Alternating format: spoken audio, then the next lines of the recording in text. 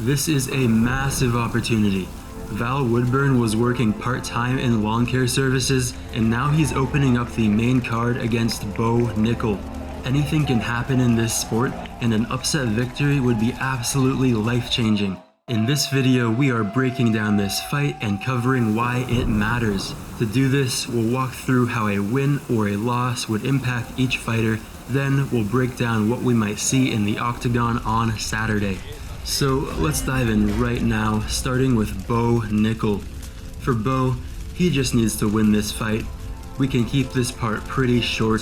He is listed as a 24-1 favorite on DraftKings, and that is because he is a three-time Division I national champion wrestler taking on a UFC newcomer.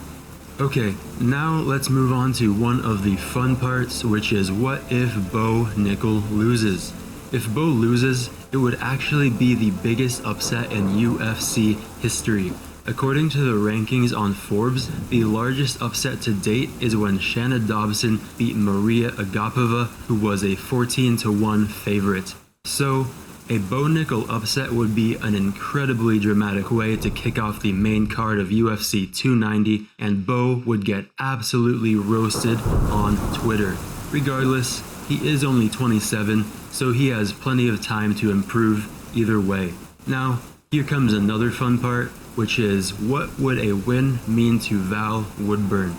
If he wins, again, it would be absolutely life-changing.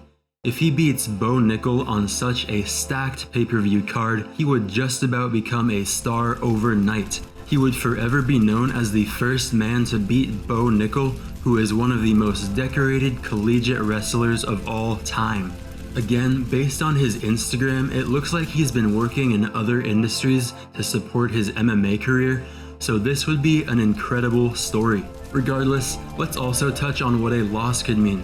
If Val loses, I think he'll still have time to figure things out. Even with a loss, he'll still gain some name recognition value from fighting Bo Nickal on such a stacked card. So, no matter what happens, I think the UFC will still give him at least a couple more chances. Either way, he's only 29, so I look forward to seeing how his career progresses.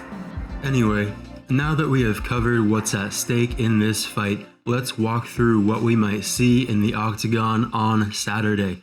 So, for Bo, his striking is actually pretty underrated. In his first MMA victory, he secured a knockout in 33 seconds with a combination involving a big left hook. Additionally, while his second Contender Series victory is actually listed as a triangle submission at 52 seconds of round number 1, the winning sequence was actually initiated by a massive overhand left that dropped his opponent. The fight was basically over when that punch landed. Regardless, I don't expect to see Bo taking too many chances with striking in this fight. While it could be fun to make a statement at International Fight Week, I think he will probably look to wrestle as soon as possible.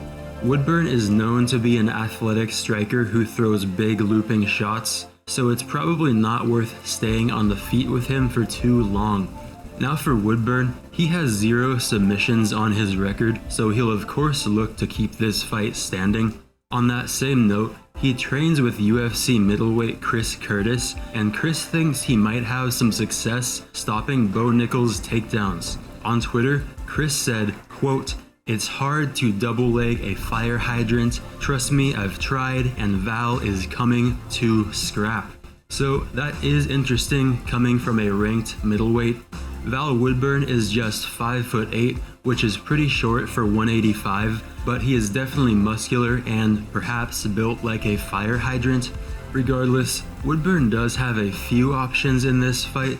We might see him using forward pressure and boxing combinations, trying to force Bo onto the back foot, or maybe we'll see some knees up the middle, hoping to catch Bo coming in, or maybe we'll see him keeping distance and avoiding the takedowns. So hopefully this fight doesn't end up looking like Israel Adesanya versus Yoel Romero.